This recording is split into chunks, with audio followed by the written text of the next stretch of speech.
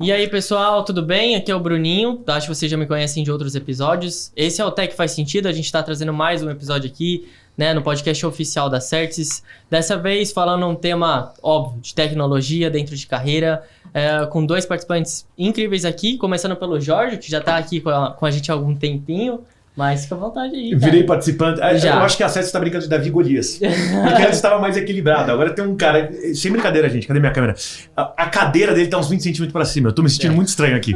Eu acabei de dizer, vamos mudar essa configuração aqui que é foda. Enfim, gente, obrigado pelo convite mais uma vez. Jorge Toniolo, pra quem não conhece, meu podcast é o MetaCast, a gente fala de tecnologia também, mas na blockchain. Então, estamos aqui, trocar um pouquinho de figurinha. Exatamente. Pra entrevistar, vamos que vamos. E também com a Adriana Satti, hoje também uma conversa incrível aqui. Adriana, fica à vontade para se apresentar.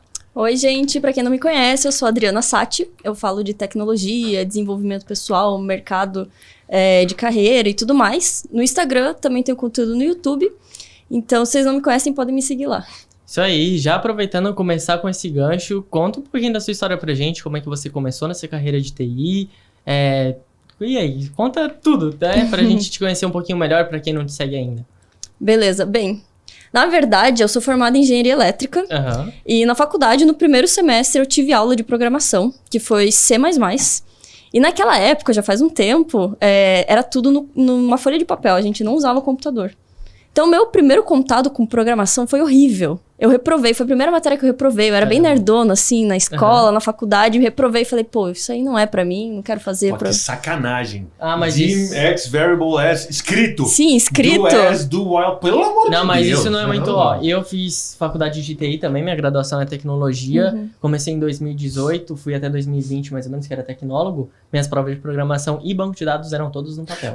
Tudo bem, eu tive matéria de TI também, só que no nosso caso, como eu sou administrador, era tudo envolvido com Excel, né? Então, VBA. As provas eu tinha que escrever as linhas, tudo bem. Isso. Mas as aulas tudo no computador. As aulas eram no computador, mas a maior parte ali tinha que escrever mesmo. Mas eu tô achando velho. Não, mas eu não tinha nem aula, não tinha absolutamente nada. Tudo os professores davam um livro e eu não entendi o que era aquilo, o que tinha que escrever, não entendi o que era uma linguagem de programação, o que era programar. Daí, na outra vez que eu fiz, um amigo meu falou, pô, você já colocou esse programa no computador? Falei, como não. você fazia pra rodar isso? Né? Tipo, era na imaginação, assim. E eu não sabia que, tipo, tem que colocar abre chaves, fecha chaves, dá aquele espaço, a professora tirava nota com isso. Eu ficava, tipo, pô, professora chata. O famoso erro do ponto e vírgula, né, que a gente esquece, aí ele fala, não tá funcionando nada. Sim, mas isso foi, tipo, em 2011. Em 2014 eu fiz intercâmbio, e daí lá fora tinha uma matéria de Java. E daí eu falei, por que não? Conheci bastante gente no intercâmbio que estava trabalhando com Java, fazendo estágio, ganhando muito dinheiro, viajando pelo mundo todo. Um dos amigos que eu fiz, ele já estava com uns 23 anos, na época, 24, e ele passava um mês em cada país. E naquela época, que não teve pandemia, não tinha home office, era uma coisa surreal. Falei, nossa, o que você faz? Com o que você trabalha? Eu quero trabalhar com isso. Ele, eu sou javeiro.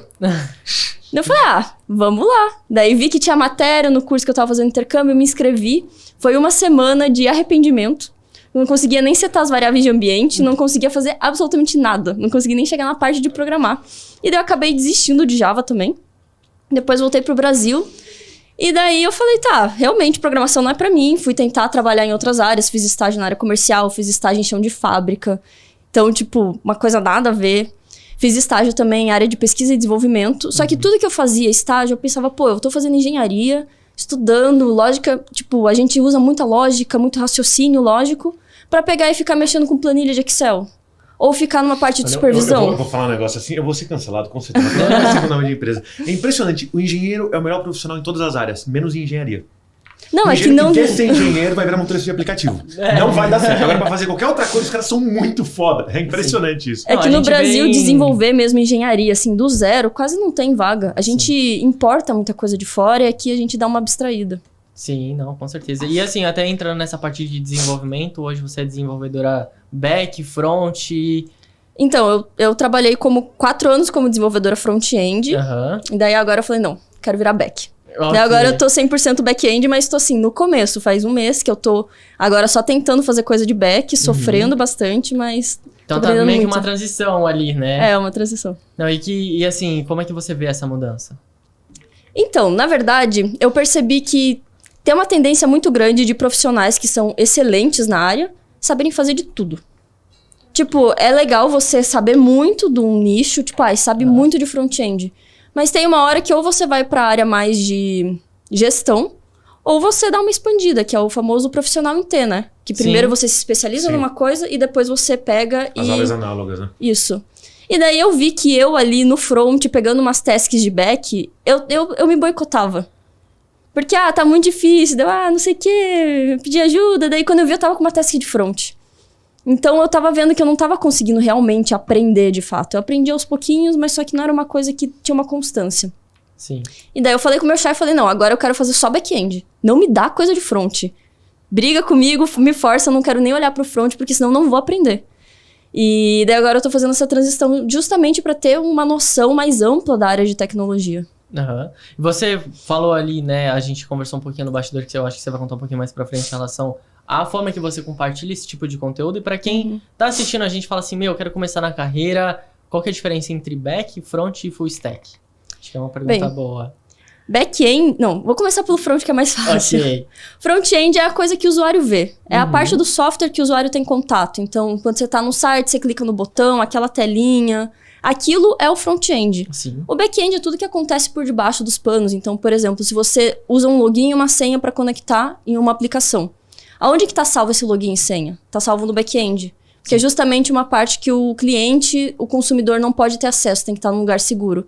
Então, tudo que envolve informações que precisa de proteção, de segurança... ou que envolve um processamento muito grande, fazer cálculos muito pesados, fica no back-end. Backlog, extração de informação, toda a parte de data mining, tudo direto com o back. Isso, que é a parte mais legal de todas, né? Vamos lá.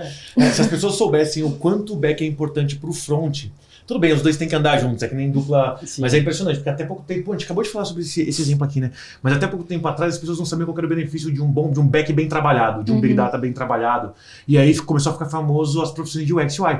Né, que antes era, o designer faz. Não é bem assim. O designer não entende de estudo estatístico. O designer não entende de usabilidade. Ele não entende profundidade de botão, rastreio de divisão. Ele não entende disso.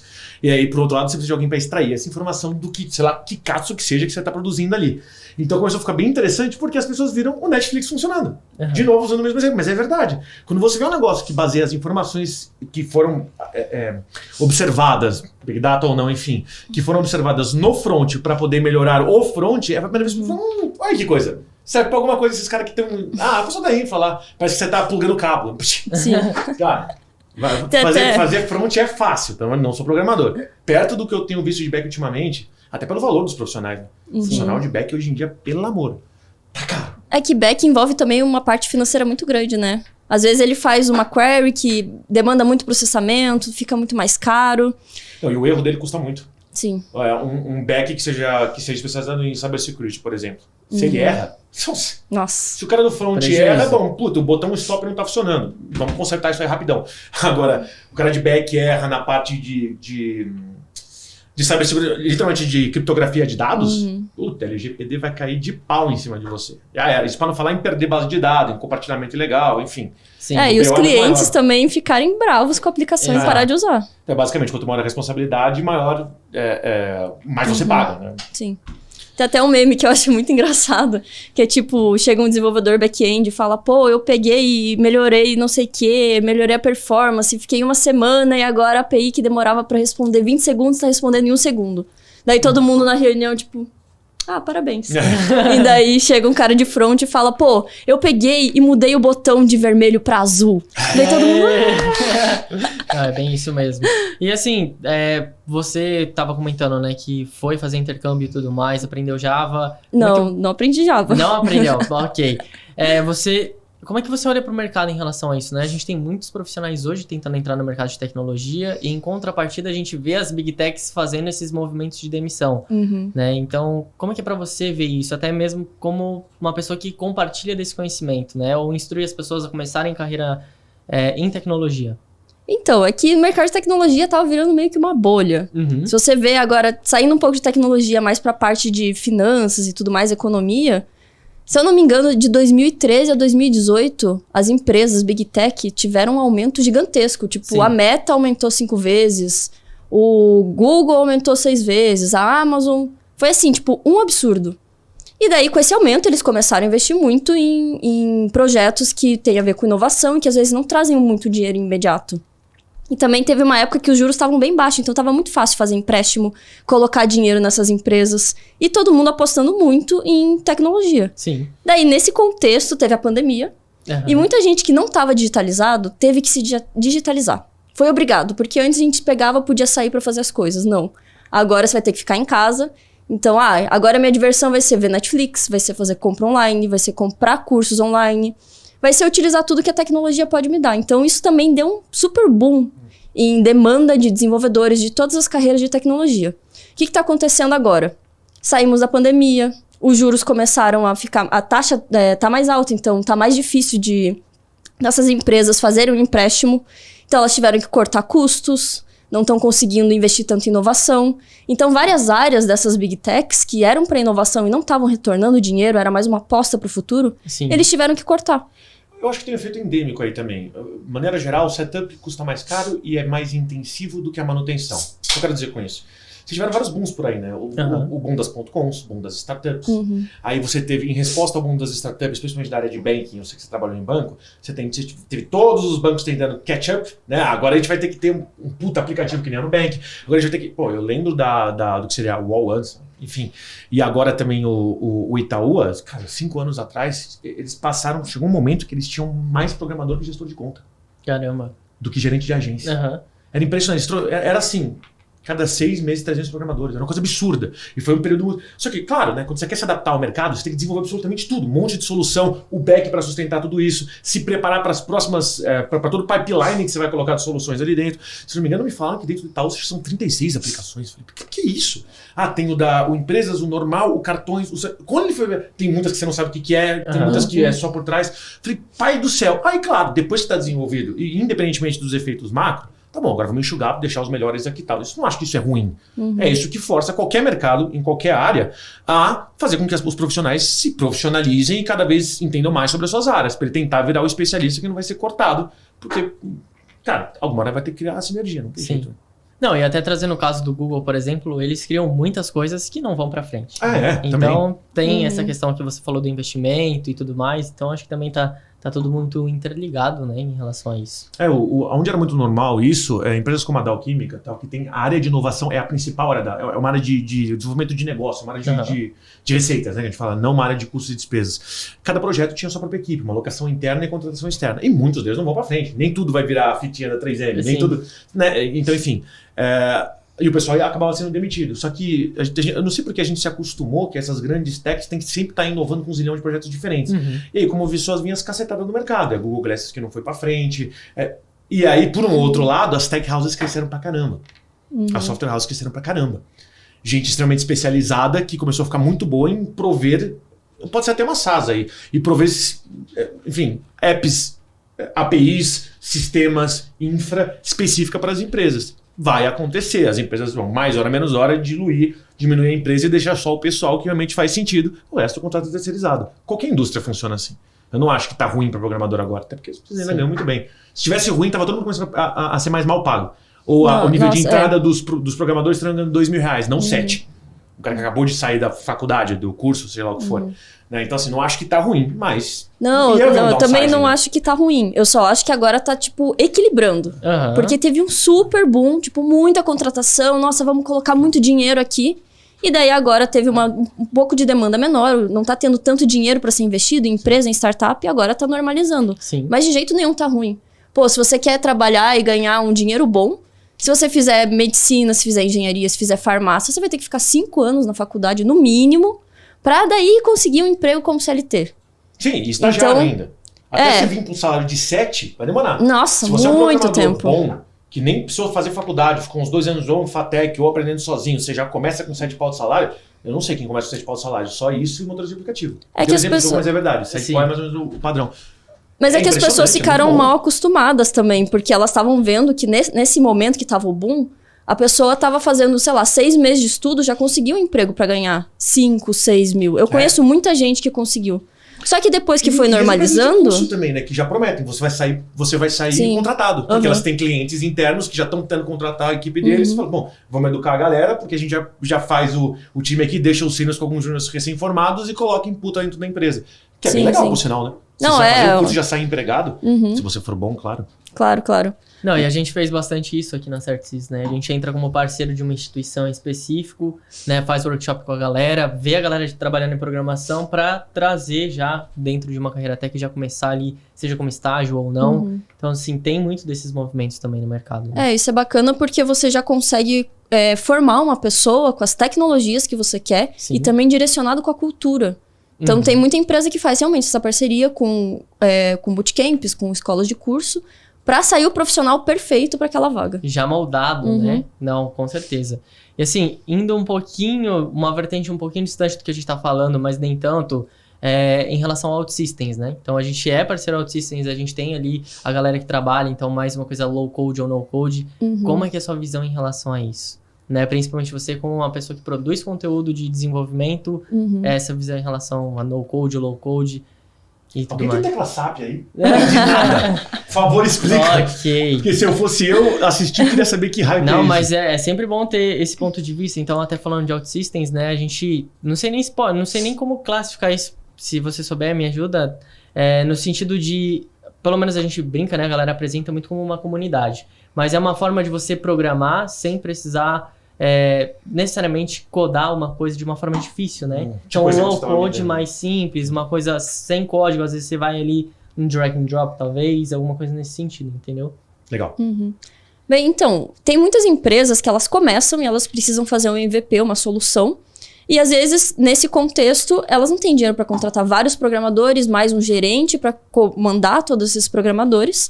Então, ter uma solução assim, no code ou low code é muito fácil, porque às vezes uma pessoa até de negócio consegue fazer toda essa parte. E também tem outras soluções que elas não precisam ser exatamente... Precisa, tipo, de um desenvolvedor para fazer aquilo. E fica muito mais barato você pegar uma solução dessa forma. Fica mais fácil, mais rápido. Então, depende muito do que você precisa do teu negócio, a fase do teu negócio. Sim. Tem muito preconceito pelos programadores de no-code, low-code, porque eles falam, a gente vai ser substituído. Mas muita gente não consegue entender que são demandas diferentes para propósitos diferentes. Sim.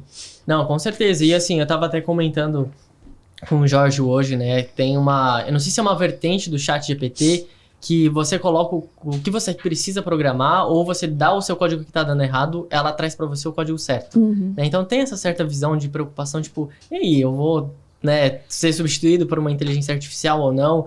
Então tem um pouco disso, né, desse movimento. Na verdade, no ChatGPT mesmo, quando você coloca, se você fala, eu quero que você faça um componente em React que tenha um input e quando eu aperte o botão... Não, tem um input de data, por exemplo. Ele vai lá e dá o código pra você. E muitos programadores ficaram, meu Deus, a gente vai ser substituído. Mas é que, na verdade, essa coisa de ser substituído... Alguém sabe o poder que tem o sindicato dos datilógrafos? Tu já viu? Não, se adapta, velho. Sim. Que bom, tu tá usando menos o teu braço pra ficar codando e mais a tua inteligência, pra saber o que pedir pro bot se for o caso. Eu preferiria ser assim, eu odiaria pensar que meu trabalho todo dia é fazer uma coisa única, sempre repetitiva, que nunca muda nada. Eu teria a sensação que eu posso ser substituído a qualquer momento. Aí eu teria medo mesmo. Eu prefiro estar pensando mais e fazendo coisas mecânicas menos. Sim. Não, mas é exatamente isso. Na verdade... A maioria, 80% das profissões que a gente vê hoje em dia, daqui, sei lá, 10 anos, elas não vão estar assim. Imagina, tipo, 50 anos atrás, a galera não tinha computador. Como que a galera fazia? E daí chegou o computador, meu Deus, a gente vai ser substituído. Não, a gente só vai ter que se adaptar a utilizar tecnologias no dia a dia. Sim, essa inovação, né? E aí, até entrando um pouco, já nesse contexto que você estava compartilhando com a gente no bastidor em relação aos conteúdos que você faz, os cursos que você dá, conta um pouquinho pra gente sobre isso.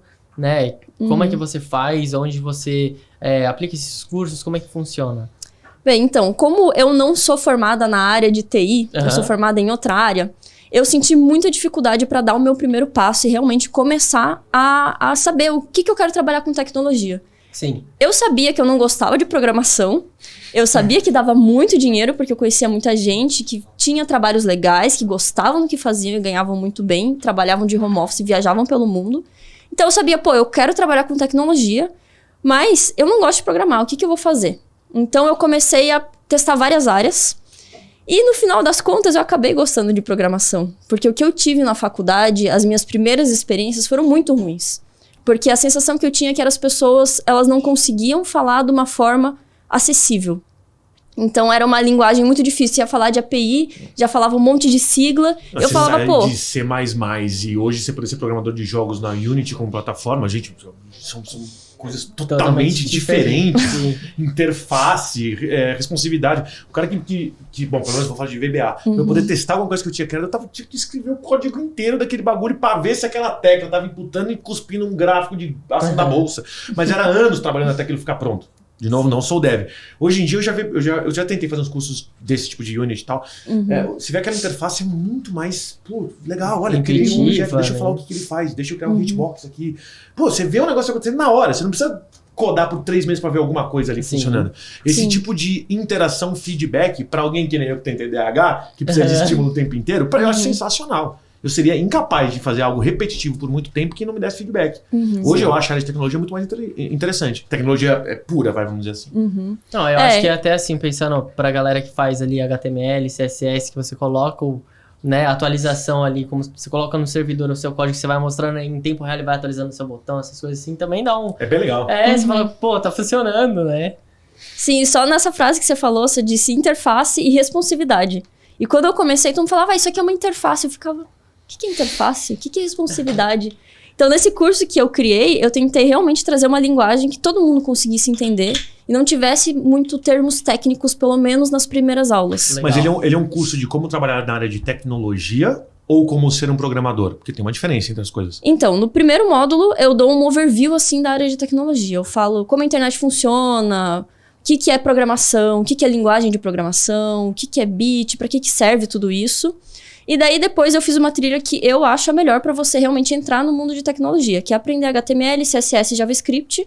HTML e CSS é bem o que o Bruno falou, que você consegue ter um feedback muito rápido da tua evolução. Então eu só comecei a gostar de programação depois que eu passei por HTML e CSS, porque era isso aí. Eu colocava um botão, aparecia na tela, falava, meu Deus, apareceu na tela. Você põe o mouse em cima, ele muda, né? Então você programa ele ali, você faz ali, ele funciona. E diferente do back-end, que é uma coisa muito mais difícil de você conseguir visualizar o que está acontecendo. Então eu criei um curso justamente para a pessoa fazer aquele passo a passo, aprender bem a base de HTML, CSS. Se ela não quiser se especializar tanto em HTML e CSS, ela pode passar para o próximo módulo.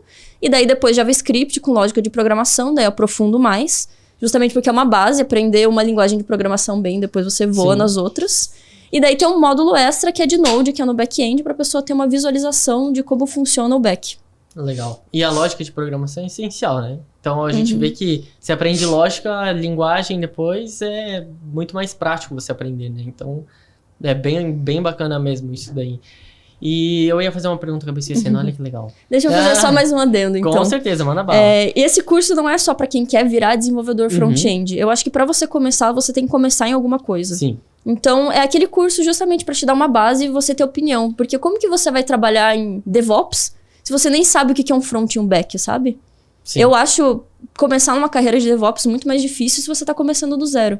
Então, você ter uma base, entender pelo menos uma área e daí depois você começar a migrar para as outras, vai ajudar muito a abrir o teu horizonte. Eu vou fazer um comentário aqui de experiência prática minha mesmo, tá? Há muito tempo atrás, a primeira vez que eu ajudei uma startup, porque eu trabalhava para startups, né, como consultor. Eu enfiava nos hubs, nas incubadoras, eu via os problemas do pessoal e tentava ajudar eles. Se eles gostassem, eles me contratavam. Era mais ou menos isso. E eu tinha uma dificuldade naquele tempo que é impressionante, eu não sei como que essa dificuldade ainda existe. Ao longo do tempo eu vi programadores sensacionais. Aliás, não vou limitar programador, arquiteto de sistema, cara especializado em Scrum só para programador. Eu já vi muita gente muito foda. Ainda me falta uma coisa, que é impressionante. E isso eu tenho dificuldade hoje, criando a CoinLivre aqui. Você precisa dizer exatamente o que você quer programador.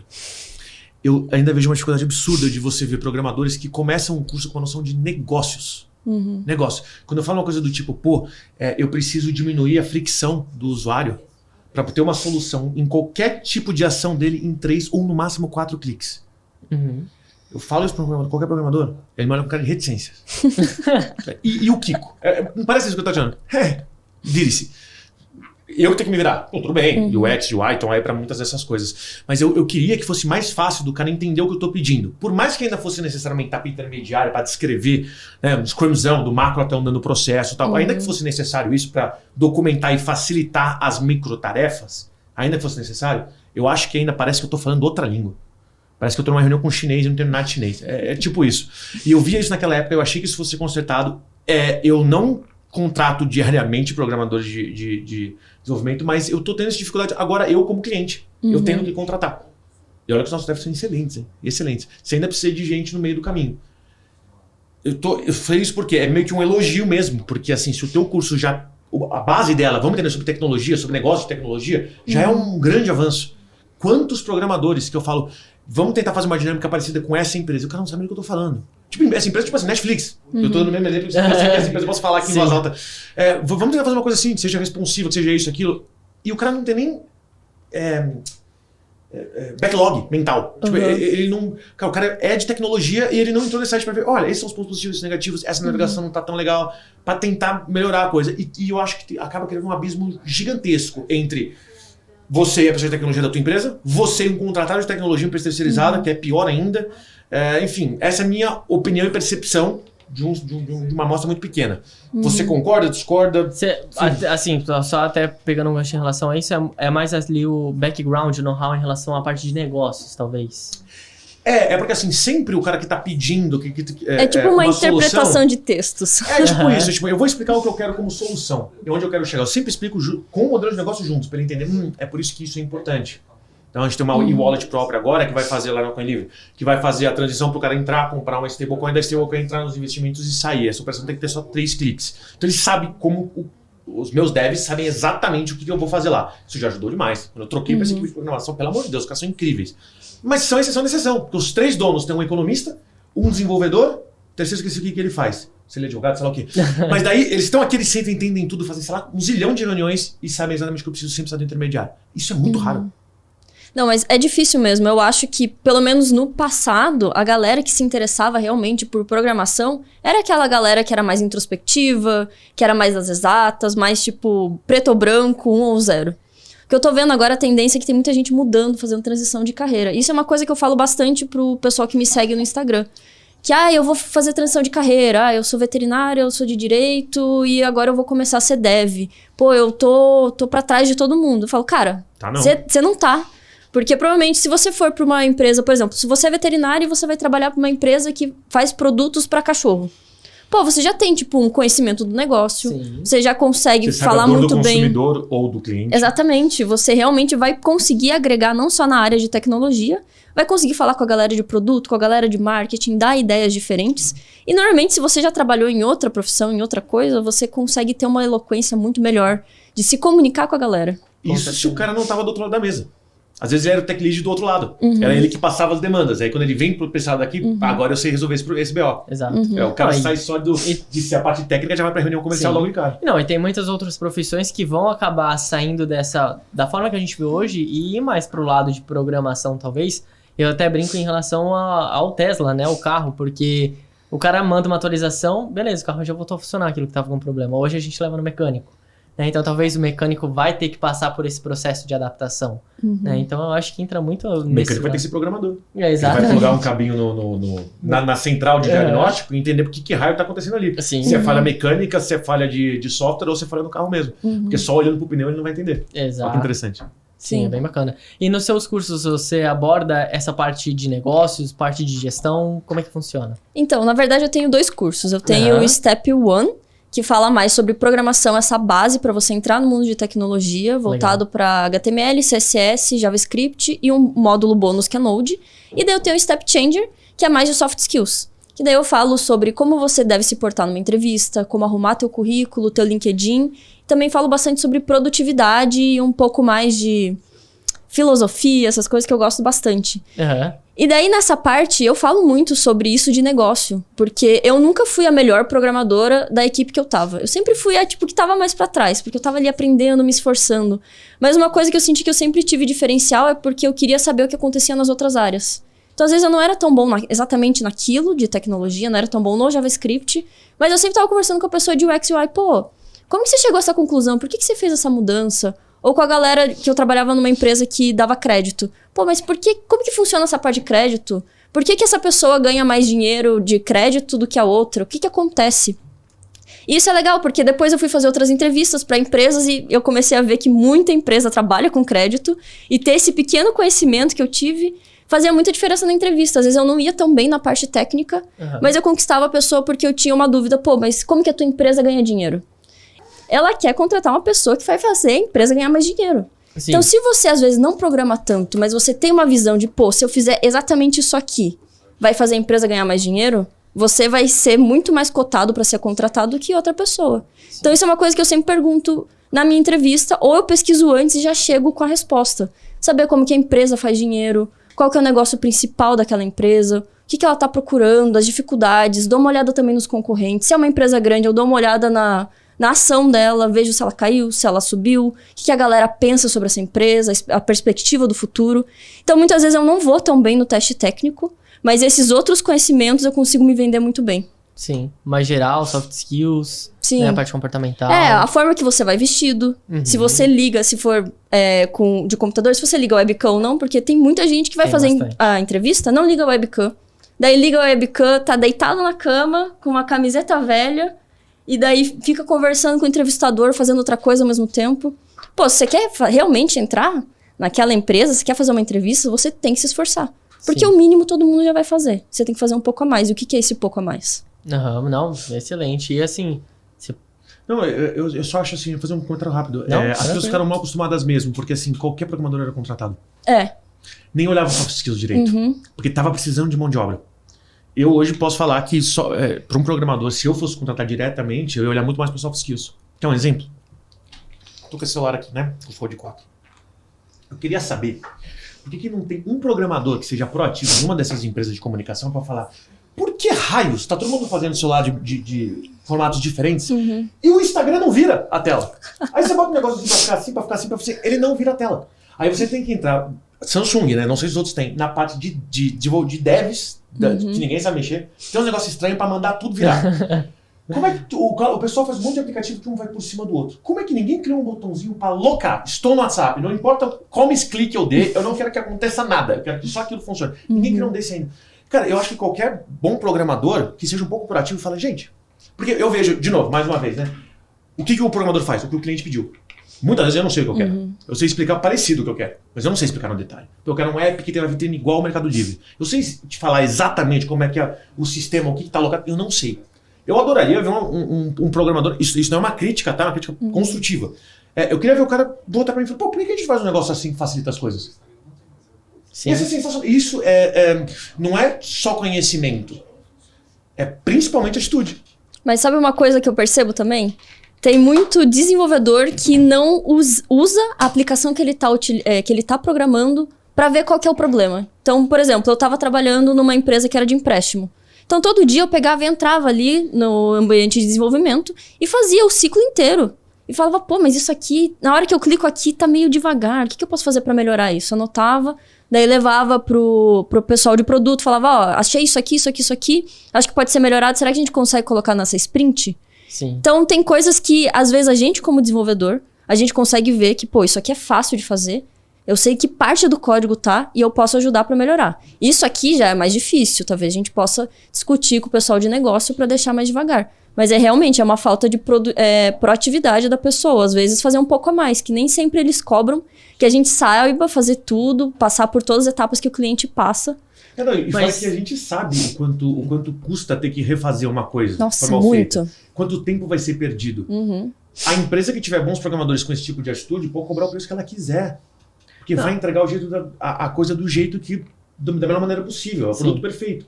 Não, eu ia entrar até numa questão assim, será que isso hoje não está mais familiarizado no papel do UX e não do programador? Porque o UX ele pode ir lá prototipar e aí o programador vai lá e roda. Pro exemplo que eu dei, eu entendi a sua pergunta. Mas é que o meu exemplo serve para qualquer tipo de função, sim, não só para isso aqui que eu falei. Com certeza. Mas eu entendo. Existem profissões que já são específicas para isso, mas essa maneira que a gente quer operar... É um diferencial, querendo ou não, é um diferencial para um profissional, né? Imagina se toda operação de banking precisasse ter um gestor de contas com CFA. Se você não pudesse fazer nada em relação a investimentos, nada, por dinheiro na sua poupança, sem um cara que entendesse de CFA. É disso que a gente tá falando aqui. Sim. Necessitar de uma pessoa extremamente qualificada, foda pra caramba, pra fazer as coisas teoricamente são as mais simples. As mais complexas eu consigo entender. A XP não pode operar uma carteira de ativos sem um cara com CFA. Ok, tudo bem. Mas e se eu quiser só tirar meu dinheiro na poupança e colocar na conta corrente do mesmo aplicativo? Preciso ligar para um gerente? Eu já pensei. Entendeu? Sim. Então, assim, é que bem ou mal, as pessoas nunca estão em contato diretamente com o dev. Eu estou usando o app do Itaú, mas não sei quem é o dev, nem sei se é externo ou interno. Então, é foda porque essa cobrança não vai vir diretamente. No máximo, em termos de feedback. Sim. Essa é uma comunicação feita entre a empresa, ou o contratante e a sua equipe, ou o contratante e a empresa terceirizada ou quarteirizada. Então, é por isso que eu acho que é tão importante ter cada vez mais pessoas assim. Porque é um skill que ia facilitar para tudo. E ele não vai vir naturalmente do mercado. Sim. Não vai vir. Quando começar a aumentar a concorrência, as pessoas vão ter que se mexer pra melhorar. Eu concordo. Mas é aquele negócio, você vai querer se mexer só quando a coisa começar a ficar ruim, a água bater na bunda, ou você já quer começar no topo pra quando a água começar a subir, você já tá no topo. Você não precisa se preocupar tanto. É verdade. E, Adriana, assim, uma pergunta em relação também a essa parte de cursos e tudo mais. Você gera uma comunidade com essa galera que entrou pro seu curso? Como é que funciona? Né, até estava comentando com o Jorge hoje, eu vi a notícia de que o GitHub atingiu 100 milhões de usuários ativos agora. Caramba. Então é bastante gente, Muita gente. Sensacional. E até em outras conversas a gente sempre menciona, né? O GitHub, você entra lá, se precisa de alguma coisa, ou alguém já resolveu, ou alguém te dá uma parte daquilo que você precisa de ajuda, você baixa um arquivo executável que já está pronto aquilo que você precisava. Então, como é que é essa sua relação com a comunidade de desenvolvedores no geral? Bem, então, com o meu curso, eu tenho uma comunidade no Discord. Então, Legal. todo mundo que faz um curso comigo, a gente faz uma comunidade no Discord pra galera se ajudar. E eu acho muito legal, porque desde a primeira turma, que foi em abril do ano passado, a galera até hoje conversa, a gente troca ideia e se ajuda. Então, é muito legal, porque uma das coisas que eu ensino muito no meu curso é que pra você realmente fixar, a forma de você aprender mesmo é você ensinando. Então a galera se ajuda muito, porque elas sabem que se você tá ali ensinando, você também tá aprendendo. Então tem muito essa coisa de dar e receber. O GitHub, inclusive, respira isso, né? Um vai ajudando o outro, ajudando um. Independente se tá ganhando crédito ou avaliação, o ponto é, se todo mundo tiver a mesma cultura, todos os problemas são resolvidos. E projeto open source agora tá super em alta, né? Se a pessoa já vem com esse mindset de querer ajudar e tudo mais, e sabe que consegue sentir que tá recebendo também quando ajuda, nossa. Eu adoro coisas descentralizadas, não é à toa que eu tô na blockchain, mas é impressionante. Você falou do Discord. O Discord é meu exemplo para quase tudo. Eu amo essa ferramenta. Olha o poder, o tamanho que uma ferramenta pode ficar e o quão foda ela pode ficar só de ter determinado que ela é livre para integrações. Livre. Cria o que você bem entender. Vai dar certo. Não, eu acho que eu tô muito curiosa pro futuro ver o que vai acontecer com essas big techs quando o blockchain vier com muito mais força e as pessoas realmente começarem a utilizar aplicações que são baseadas em blockchain. Eu vou te falar uma coisa, as empresas vão se adaptar. Já estão se adaptando. Mas como que elas vão fazer para ganhar dinheiro? As big tech, para ganhar dinheiro, se realmente a população começar a utilizar essa coisa de guardar dados de forma descentralizada?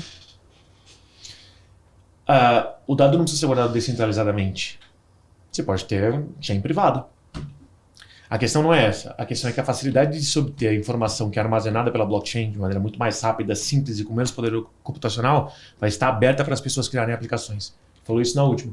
Quanto mais você adotar a blockchain, mais aquela informação de Big Data, daquela operação toda extremamente complexa que está acontecendo, está aberta para que programadores criem aplicações. Se você quiser melhorar a maneira como a Tesla desenvolve seus carros, como é que você vai obter essa informação para poder analisar aquilo e tentar propor uma solução? Não tem como. Se você quiser melhorar, mas se isso funcionar, se você quiser melhorar o botãozinho do teu celular para ele conseguir virado, ficar virado. E se a Tesla guardasse as informações na blockchain? E deixasse lá a hash deles, a hash que basicamente tem a carteira que guarda todas as informações. Você fala assim, tá aqui a hash, tá aqui aberto para vocês. Cara, eu faria isso. Gente, à vontade. Porque não tá informação de ninguém, é tudo criptografado. À vontade. Quem me der a primeira solução que ajuda o meu negócio, eu contrato. Mas a parte de usabilidade, né? Tudo, qualquer não, coisa. É que nem eu tinha visto que o Elon Musk fez com a Tesla, por exemplo, ele gerou o modelo de baterias e deixou aberto. Falou, se quer usar, usa. Concorre comigo, fica à vontade. A gente você vai melhorar meu junto, produto. né? Então eu acho que é muito isso. E a gente vê isso também, né? Igual a gente tá falando do GitHub também, a galera vai lá, gera um código, o outro fala, opa, faz assim que é melhor. Cara, às vezes que eu fiz processo seletivo com um desenvolvedor, a gente dava um case para ele, como se fosse um hackathon. Participei de alguns, inclusive, dando as ideias pro pessoal resolver. Um dev, uma pessoa querendo um emprego, querendo entrar, mataria pela oportunidade de fazer um puta processo seletivo numa Apple da vida e darem uma coisa para que ele pudesse se provar e falar, puta, eu sei como resolver, eu tenho uma ideia de como resolver. Quão complexo é você chegar a um processo seletivo desse? Você passar por screenings absurdos, falar ou não inglês, sei lá o quê. Quão complexo é esse processo? Não seria muito mais simples se qualquer pessoa em qualquer momento pudesse olhar da tua área, né, cara? Linhas de códigos, problemas facilmente vou dizer, mas de fácil acesso para você. Bate na porta lá. Não quero processo seletivo, eu tenho essa solução para você. O que você acha? Não é mil vezes mais fácil? O mercado ia ser muito mais feliz se as informações estivessem soltas por aí. E ninguém nem teria que se preocupar com a LGPD. Eu não sei como saber de quem que é o quê, quem que é quem. Não tem como saber. É meio como funciona o processo de segurança da informação, né? Você vê a galera que vai testando falhas em sites. Isso. E aí você, resolvi aqui, vi essa falha, esse é a solução. Perfeito. A empresa vai lá e te paga por isso. Tem muita empresa que coloca lá os problemas dela e fala assim, se você descobrir um furo, a gente tá... Ou põe recompensa, né? Tipo, $1 milhão pra quem descobriu o furo nisso aqui e tal. Mas não são todas que fazem. Poderia estar à vontade.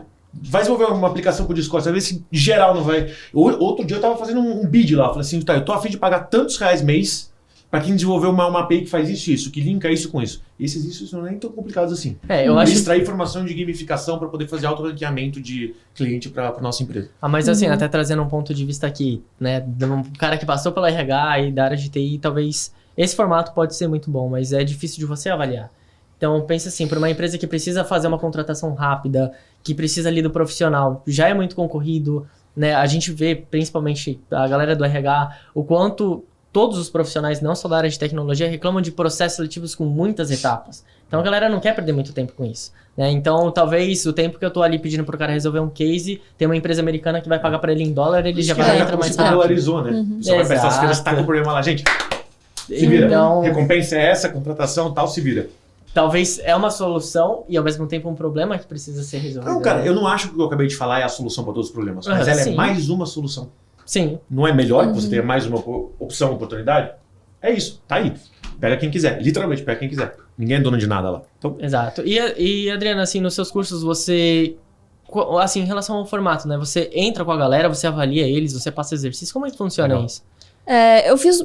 Como eu comecei na área, eu comecei muito sozinha, vendo vídeo no YouTube, eu me sentia totalmente perdida. Eu quis fazer um curso que as pessoas não se sentissem perdidos. Então, eu fiz vários módulos gravados. E também tem aquela coisa de você começa a fazer um curso, você pega, assiste 3 horas seguidas, depois nunca mais entra. Então, eu libero os módulos aos poucos. Pra galera também não estudar demais ou estudar de menos. Ela tem aquele tempo que ela tem que estudar na semana. E uma vez por semana eu faço um checkpoint ao vivo com a galera. Legal. Então, se a pessoa tá travada, ficou num lugar, não consegue sair daquele lugar, eu tô ali com ela, a gente troca ideia. E durante a semana a gente tem um grupo no Discord que vai trocando ideia. Então, justamente é pra realmente formar essa comunidade, as pessoas se ajudarem. Sim. E uma forma muito mais acessível. Às vezes um bootcamp custa R$20 mil. Caramba. Em 1 mês e meio eu consigo passar essas tecnologias, ensinar e também mostrar o caminho das pedras. Pô, você quer seguir essa área? Estuda de tal forma. Se você quer comprar um curso da Udemy, faça de tal forma, avalie desse jeito, de outro jeito. E também trazer essa coisa da rotina de estudos, porque quando a gente começa, até a faculdade, ninguém ensina a gente a estudar direito, né? Eu não sabia estudar. Nossa, na faculdade, quando eu comecei a faculdade, o professor falava, vai ter que fazer 100 exercícios. Eu ia lá e fazia os 100 exercícios. Eu não sabia ser produtiva. Às vezes eu já tinha aprendido, mas eu fazia os 100 porque o professor falou. Eu não tinha essa parte de raciocínio, de pensar, pô... Ninguém te ensinou, é algo top-down. O cara pediu, você vai fazer. E é isso. Esse é o limite. E agora, tipo, eu vejo, pô, até quando eu vou ler um livro que não tem nada a ver, eu não perco tempo. Se eu tô lendo ali um livro, pô, eu já li um livro parecido com isso, que tem não sei o que, eu dou uma passadinha assim, passo o capítulo e vou. E isso é uma coisa que é muito importante. Às vezes a gente tá estudando e fala, não, eu tenho que assistir tudo. Mas eu já sei, tal tópico. Não, vou assistir de volta. Então, às vezes, a gente tem que dar uma abstraída também. Sim, entendi. E assim, até puxando um pouco pra aprofundar nisso, o que seria a produtividade na programação? Oh, difícil. Agora foi... 6 telas, Red Bull. Momento e outras coisas que eu não posso falar aqui nesse canal. Meu, não gosto de muitas telas. E não gosto de tomar energético também. Eu não tomo café, não tomo energético, não tomo nada disso. Mas produtividade é você realmente conseguir ficar focado em alguma coisa e fazer aquilo com excelência e também se questionar se aquilo tá fazendo sentido. Pra mim é isso. Porque às vezes você tá lá, tipo, nossa, trabalhando muito duro, fazendo um monte, mas você tá lá fazendo aqueles 100 exercícios que você já sabe fazer e tá perdendo teu tempo. Sim. Então a produtividade tem muito a ver com isso de se questionar. Isso aqui faz sentido? Tá, faz sentido, então eu vou focar. Não vou ficar com o lo-fi aqui, um podcast e o curso de programação. Vai ser só o curso de programação por 30 minutos, mas eu vou ter atenção 100% naquilo. Aham. Daí depois, se eu quiser, eu faço outras coisas. Mas pra mim isso é produtividade. Se questionar e ter um foco total naquilo que você tá fazendo. Legal. Não, e o bacana de falar sobre isso é assim, a gente tem a nossa universidade corporativa, né? E quando a gente tava, que é um fornecedor nosso, a gente tava lá e eu falei assim, cara, que é tudo por vídeo, eu falei, o seu Media Player, ele tem um pop-up? Ele falou, não, por que teria? Eu falei, a gente trabalha com programador, o cara não vai deixar sua tela aberta, eu preciso que fique uma telinha ali pra ele ver. Então, ele falou, cara, é genial, não tinha pensado nisso, né? Então, agora a gente tem, por exemplo, essa funcionalidade, e aí é onde a gente entra nessa questão, será que isso é produtivo o suficiente pra ele, ou é melhor ele estar parado, né? Parar pra assistir o treinamento que ele precisa, ou ele programar. Então, por exemplo, eu vou falar de mim na faculdade, quando eu fazia programação, a melhor forma que eu tinha pra resolver um problema era deixando ele pra trás e relaxando a minha cabeça, porque automaticamente depois eu falava, putz, era assim que eu tinha que fazer. Claro, né? Tu tem TDAH que nem eu. Nossa cabeça é assim. Eu ia falar, ela nunca teve aluno com TDAH, então, porque falando TDAH, que não pode ver 6 telas ao mesmo tempo, o cara vai chorar. Se eu não puder ver 6 telas ao mesmo tempo, deixa ele ter o hiperfoco. Quer estimular o cara com TDAH a ser programador? Cara, gamificação. Cada coisa que ele completa, ponto desbloqueia alguma coisa, o que ele desbloqueia tem um valor real pra ele estimular e liberar a dopamina. É a única maneira. Quem tem TDAH tem dificuldade de ter a liberação de dopamina, né? Não tem. Justamente é hipodopaminérgico. A gente não libera fazer a sensação de recompensa e tal. Então as coisas que libera, a gente tem o hiperfoco. Então se você conseguir fazer com que esse cara tenha o hiperfoco, não só, mas tá bom, e quem tem TDAH? Muita gente tem, aliás, todo mundo tem alguma coisa de TDAH. Mas os mais foda, os TDAH mais foda, se você mantém no teu curso, vai ser os seus melhores programadores. E talvez por isso que HTML e CSS seja uma coisa mais prazerosa de você estar ali fazendo, né? Por causa do movimento ali mais rápido. Não, mas a estrutura de curso tem como fazer. Tipo, ela fala, você é programadora, né? Então vamos lá, tipo, você completou isso aqui, fez essa prova, você ganha essa pontuação, isso aqui vai desbloquear aquilo. Para você concorrer à vaga de emprego que eu tenho do Facebook que eles estão precisando, só se você tiver 12 mil pontos. Para ter 12 mil pontos, você precisa fazer isso, aquilo com intervalo tal. Tudo isso é possível de ser feito em gamificação. Uma coisa que a gente gosta é jogo pra caramba. Né? Tu bota pontinho pra ganhar ali. Aquele negócio que eu não precisava na época, mas qual que era aquele aplicativo de aprender inglês, outras línguas? Duolingo. Que dava ponto a cada segundo. Cara, eu nem precisava fazer aquelas aulas lá, porque tipo, aquela língua específica já era fluente, mas eu quero mais ponto, isso que desbloqueia. A doença do capeta. Mas se você consegue desbloquear a dopamina no cérebro do cara, você vai ter uns programadores que vão fazer o que todos os outros fazem em 10 horas, o cara vai fazer em meia hora. Que é assim que o hiperfoco funciona. Nossa, tem uma história engraçada. É muito legal. Meu pai tem TDAH e ele decidiu aprender italiano. Daí ele baixou o Duolingo e daí tinha isso. Você conquistou não sei o quê. Daí ele descobriu que tinha um ranking, não sei se é nacional ou mundial. E daí ele falou, não, eu vou estar no top 3. E daí todo dia ele fazia umas 3 horas de Duolingo. Filha, você acha que a árabe é difícil? Preciso de mais 2 mil pontos.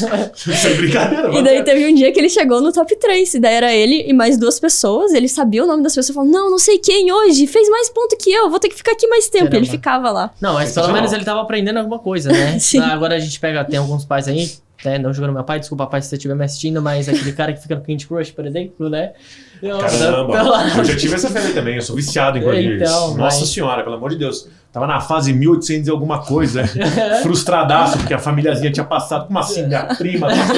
Tem 12 anos esse capeta, tá jogando na aula, né? Mas sério, isso funciona muito bem pra processo de aprendizado. Deve ser muito legal. Tranquilo. Mas legal você falar isso. Me deu umas ideias pra implementar no curso. Bacana, olha lá. Já desenvolvi startup de educação, se quiser, te coloco lá também. Legal. Gente, a gente agora chegando em retas finais, gostaria de fazer uma última pergunta, que é em relação à rotina, né? O que você acha que seria uma rotina ideal para quem quer aprender programação? Bem, é difícil, porque pessoas têm contextos diferentes. Então, por exemplo, quando eu estava estudando, eu trabalhava, ia e voltava de metrô, ficava quase 3 horas por dia no metrô, então eu só tinha o final de semana. Eu sei que tem pessoas que às vezes têm condição de, eu consigo, tenho dinheiro guardado, ou meus pais podem me bancar, eu posso ficar 1 ano sem fazer nada estudando programação. Então depende muito do contexto da pessoa, eu não posso chegar e falar, estuda 1 hora por dia. Porque tem gente que não consegue ter essa 1 hora na semana. Sim. Acho que é importante primeiro você não se cobrar em relação a isso, você ver o que você consegue fazer pra ter uma rotina. Mas sempre tentar estudar um pouquinho. Tentar, ao invés de ficar tanto tempo no Instagram ali, vendo stories, vendo reels, pegar e tentar ler alguma coisa, às vezes um podcast, ver a forma que você gosta e se interessa por algum assunto. Sim. e ter um objetivo claro. O que você quer? Não necessariamente eu quero ser desenvolvedor front-end, mas a minha motivação muito grande foi... Na época eu tava trabalhando no chão de fábrica como estagiária. E era assim, um trabalho que eu achava péssimo, porque às vezes me colocavam pra soldar carro. Caramba. E tipo, eu acordava às 4 horas da manhã porque eu trabalhava no primeiro turno. Então, e no verão era tipo 40 graus, cheio de EPI. No inverno era menos 5 graus, trabalhando com 2 luvas. E eu pensava na minha cabeça, eu não quero essa realidade pra mim. Se eu continuar fazendo estágio aqui e se eu for contratada, essa vai ser minha realidade pelos próximos, sei lá, 20 anos. Então, quando eu decidi mudar de área, toda vez eu colocava essa motivação. Pô, qual que é a realidade que eu quero ter? Eu me via ganhando bem, me via viajando pelo mundo, trabalhando de casa, conseguindo levar meus pais pra jantar e pagar a conta. Então, é importante ter tudo isso mapeado. O tempo que você consegue se dedicar, porque às vezes você coloca 1 hora por dia e você realmente não consegue, porque você também tem que lavar roupa, tem que ir no mercado, tem que limpar a casa, tem que ser realista. Colocar o objetivo que você tem na tua vida e visualizar ele. Também lembrar a tua situação atual e que você não quer ficar nessa situação, que você quer mudar. E se você tiver condições, faça exercício físico que muda vida. Eu não consigo viver mais sem exercício físico. Todo dia eu faço nem que seja 10 minutos. Hoje eu só tive 10 minutos, eu desci, fui lá, corri na esteira. Mas se você, sei lá, na academia não tem esteira, você pode, sei lá, fazer uns agachamentos em casa, fazer uma flexão, fazer um polichinelo. Caramba, Cabide, nunca tinha me dito isso. É por isso que deu errado na vida, então. Eu esqueci essa tarefa. Olha que coisa. Fazer exercício? Sedentário, pelo amor de Deus. Posso fazer uma pergunta final? Que é tipo certeza, uma sugestão? Honestamente, se você tivesse um curso agora sobre como falar com programadores, eu pagava. O que eu quero como dizer falar? Com isso? Tipo, o pessoal assim, de negócios? Para project owners, para product owners, para CPOs, para pessoas que precisam realmente propor soluções e precisam de soluções tecnológicas, como passar isso adiante. Que basicamente tem que conter coisas... Se eles precisam entender mais de negócio, a gente precisa entender mais de programação. Então, o que eu posso pedir para um programador de qual área? O que de fato é front, back? Quais são as limitações? Quando eu peço, tento contratar um serviço, que tipo de linguagens eu posso considerar para poder saber conversar com o cara? Pô, eu fiz... sei lá quantos anos de aula de direito, porque eu sou apaixonado, não sou advogado, porque eu queria saber falar com advogado. Eu sento mesmo com advogado hoje, com uma facilidade de passar conhecimento adiante e pedir uma demanda deles, absurda. Quem dera tivesse um curso desse para programadores. Porque isso é meu dia a dia, trabalhando aqui. Eu preciso saber falar com eles, acho que seria o sonho deles eu soubesse falar o que eu quero de fato na aplicação, no site, na plataforma, na infra, e passar para eles de uma maneira que eles já pudessem, ok, legal. Não precisasse passar para 30 malucos, entendeu? Então, se tivesse um curso assim, se você pudesse criar um curso assim, sério, já manda direto, porque estou precisando. E eu acho que muita gente ia se beneficiar. A gente faz um combinado. Então, a Adriana dá o curso, a gente contrata e você contrata a Certis. É isso? Aliás, Certis, né? Patrocina eu também quero. Temos um canal aqui. É uma sinergia, né? Todo mundo aqui se ajudando. Aqui tem que fazer o dinheiro girar, né, galera? Muito bom, muito bom. Não, mas... incrível a sua pontuação e... Adriana, tem alguma consideração para passar para o pessoal? Se quiser falar do seu curso também. Gente, primeiro eu queria agradecer muito a oportunidade de estar aqui. Eu tô me acostumando agora com essa vida de me expor, né? Porque eu sempre fui uma pessoa muito tímida. E até um fun fact para contar para vocês. Eu comecei a fazer um Instagram justamente porque eu tinha muita dificuldade em falar em público. E eu recebi um feedback do meu chefe falando, cara, você tá mandando bem em tudo, só que você não se expõe, você não fala em reunião. Eu sei que você é boa, mas ninguém mais sabe. Como que eu vou te promover se ninguém mais sabe que você é boa? Só eu. O pessoal vai achar que eu tô puxando teu saco. E se você quiser melhorar, você tem que se expor. Só que no meio da pandemia, eu pensei, tá, eu já fiz aula de teatro, eu vou no psicólogo, eu sei que eu tenho que melhorar, mas o que eu preciso fazer na prática pra melhorar? Daí eu vi que tinha uma galera fazendo conteúdo pro Instagram e tudo mais, uma galera fazendo conteúdo técnico, que antes o Instagram era só humor e tudo mais. E daí eu falei, pô, vou fazer um Instagram. O Instagram vai me ajudar a falar também dessa profissão que eu acho incrível, porque eu tinha feito engenharia, achava que programação era horrível, e depois que eu fui trabalhar com programação eu descobri que era outro mundo.